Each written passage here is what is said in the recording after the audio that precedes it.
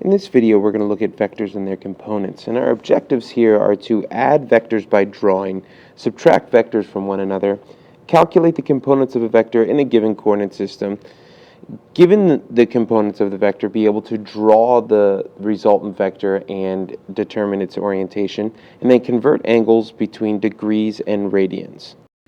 The reason we have vectors is physics deals with quantities that have both magnitude and direction.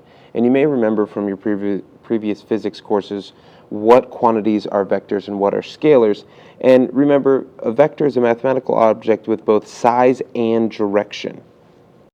Some examples of vectors are position, velocity, and acceleration. Those are kinematic quantities that both have a magnitude and a direction. On the other hand, a scalar is a quantity that does not have a direction. It only has a magnitude, such as time, temperature, energy, mass. For all of those quantities, we only care about a number or the magnitude of that quantity. Let's think back to a displacement vector. And if you remember what displacement is a change in position.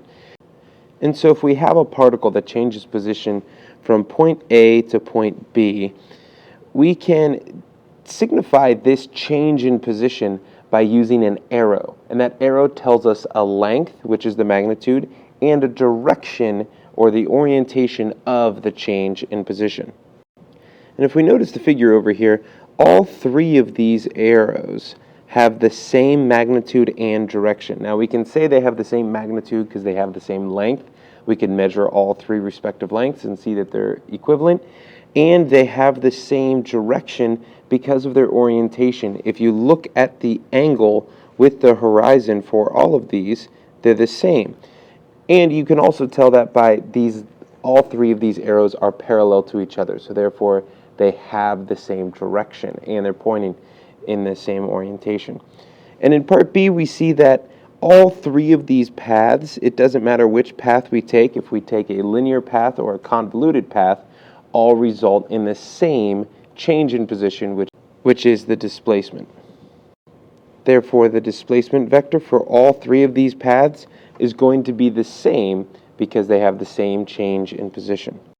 So say we would like to add two vector quantities together. Well, this process is called a vector sum, and the resultant of a vector sum is the result when you add two or more vectors together.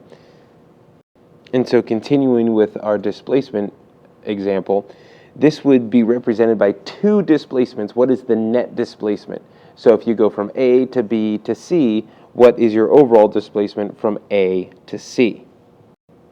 This idea of vector sum is nothing new. However, something that may be new to you is this notation, vector notation. And we signify that a quantity is a vector by having an arrow on top of it. So if we want to say the displacement vector S, we have an S with an arrow on top of the S to signify that it has both a magnitude and a direction. Typically we have an algebraic symbol or a variable to represent a quantity, but we signify with an arrow that this quantity has both magnitude and direction. And so the vector S is the sum of both A and B. This can be shown graphically if we draw vector A. Since S is the sum of A and B, if we draw vector A, and then from the tip of A we draw vector B.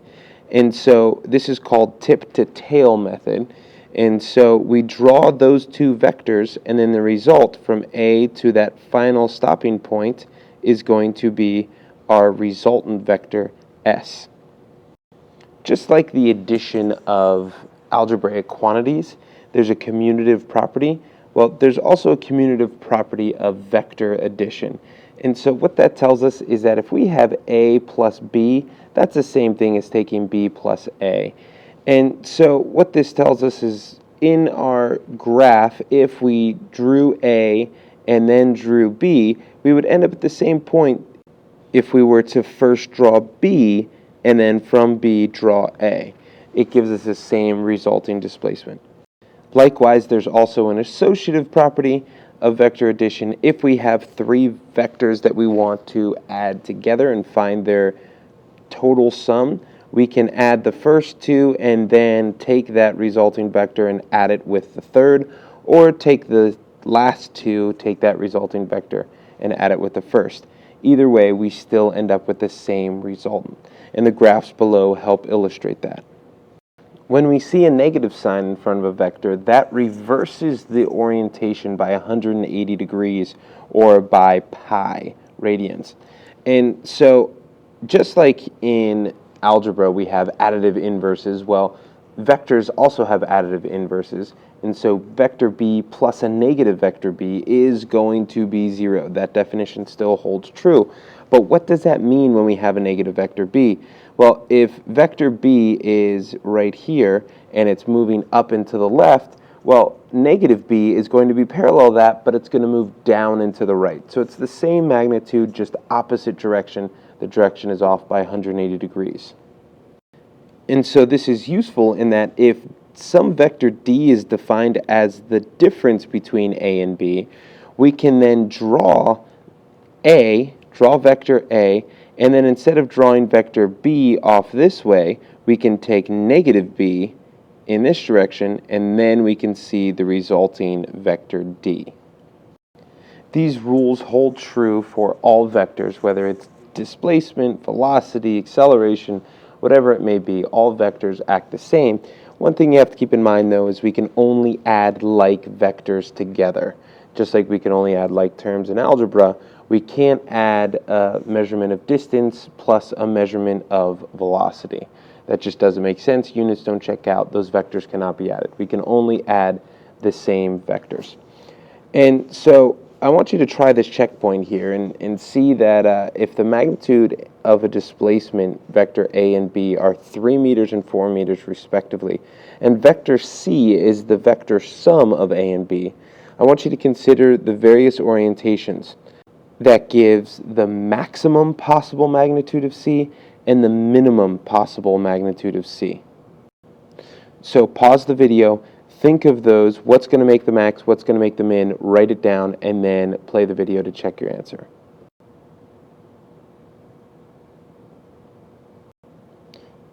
Okay, so the maximum value for c that we could have with these two vectors is if the two vectors are in the same direction. And if they have the same orientation, then we simply add their magnitudes together and we get 3 plus 4 is 7. So that would look something like a is 3 and then b is 4, and so vector c is 7. Now the smallest that we could have is if we have 4 in one direction and then 3 in the other direction, and we would get a magnitude of 1. Now you may be asking, well, why couldn't we just have 3 minus 4 to give us a negative 1? Well, remember, that negative there is telling us the direction. So the magnitude of this vector is still just 1, it just has the opposite direction as this vector here. So using the graphs and the drawings, great and all to get a mental picture of what these vectors look like, but it kind of gets tough when we want to actually do things mathematically. So we get around that by breaking vectors up into their components, and we say that there's a horizontal component and a vertical component, typically an x component and a y component. It does not have to always be x and y, but that is a traditional conventional choice. This is where we do need to pay attention to the positive and negative signs here, because a component can either be positive or negative along its axis. So having a vector with a component in the positive y direction we know is up, whereas the negative y direction is going to be down. And likewise, we have positive x to the right, negative x to the left. These components do not change if the vector is shifted, if it's moved from one location to another, as long as it is not rotated. Once you rotate a vector, you then change the components of the vector. Rotating it may shift more of the magnitude in one of the directions, either the x or the y direction. Mathematically, we can break down a vector into its components by just taking the magnitude of the vector times cosine of the angle and that gives us the x component, and the magnitude of the vector times sine of the angle, that gives us the y component. Here's the very important part of that, though. That is only the case when the angle theta is the angle with the positive x-axis. So we have to go back to, how do we traditionally measure angles? Well, that's from the positive x in the counterclockwise direction. So a positive angle is in the counterclockwise direction away from the positive x-axis. If you're given an angle other than an angle measured from the positive x, then you have to convert it, find coterminal angles, whatever you need to do to get it in terms of the angle off of the positive x-axis. When given the components, we can find the magnitude and the direction of the resulting vector by these two formulas here. First, we use Pythag to get the magnitude. We just square both of the components, add them together, take the square root, and we can use arctangent of the y component over the x component to find the angle. Remember, that angle gives you an angle off of the x-axis. And so therefore, components fully define a vector. So just having a component, that completely defines a vector, because we can then find its magnitude and direction. If we want to talk about a vector in 3 dimensions, we're going to need to have another component to describe the vector. So using a Cartesian coordinate system, we would need not only an x and y component, but also a z component. Now this over here, the a theta phi, well, that's talking about polar coordinates, and simply a is the distance from the origin, theta is the angle off of the xy, in the xy plane, the angle off of the x-axis, and phi is the angle off of the z-axis. We'll talk more about polar coordinates later, but for right now you can just know that that gives you the 3 components that you would need. Now let's look down at this checkpoint 2 here and talk through what we're seeing. And we're seeing 6 different graphs that all have components and a resulting vector. And we want to know which one of these actually has a correct depiction of 2 components, an x and a y component, and its resulting vector A. If we look at these graphs, graphs C, D, and F all have the proper components. Now, why can you tell that? Well, if you look at the orientation of A, it's down and to the left. So that means we need to have a down vector in the y direction and a left vector in the x direction. And so A is down and to the left. Well, we have a left vector and a down vector. Down and to the left, a left vector and a down vector.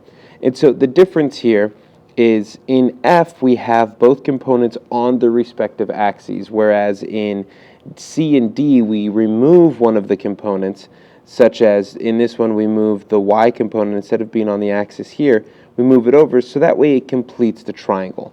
F may not be very pleasing in that we don't see a completed triangle, whereas in C and D we do. Now that's possible, you can get the completed triangle, but you have to remember that in order to draw that vector from the tail of one vector to the tip of the other, you need to have the tip to tail orientation on the components.